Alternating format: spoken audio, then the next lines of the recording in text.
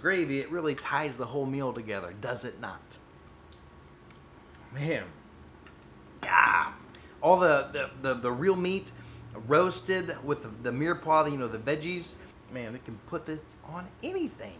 What's going on, man? We are going to make the best Thanksgiving gravy, the turkey gravy that you've ever experienced. It's going to be the best this side of Las Vegas. The turkey gravy is usually done after the turkey is roasted, right? This one you can do days in advance and still have that excruciatingly awesome flavor. To make the gravy base, we're going to start out with a little bit of turkey. It's about 1.5 pounds, and I went with the 85-15, so not the super lean, because fat is flavor, as we all know.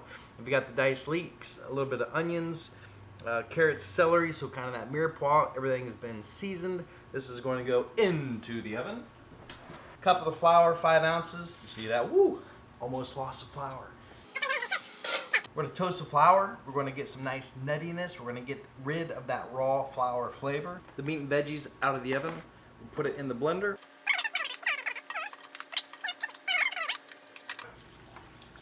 Water goes in. That's 2 cups. I've got a little bit left. We'll see if we need it or not.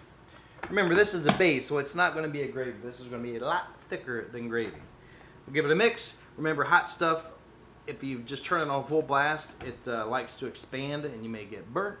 So take it slow, maybe a little faster than that. So I'll turn this down. I only lightly seasoned the meat and the veggies. So we will put some nice hefty pinches in there. So salt, pepper, add some herbs.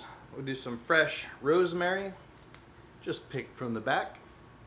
Then this is some sage that I had left over. I was doing some hydroponic tests.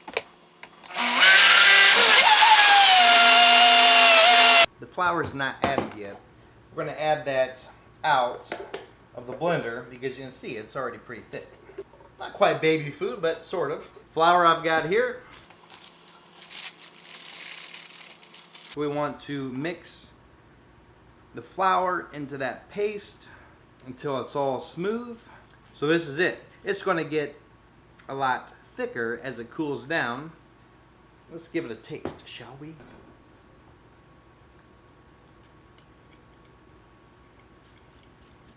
Off to a fine start. We're going to start out with hot water. This is 2 cups. We're just going to add the turkey gravy base to the water. Mix it up, put it back on the heat, let it come to a simmer, check the seasoning.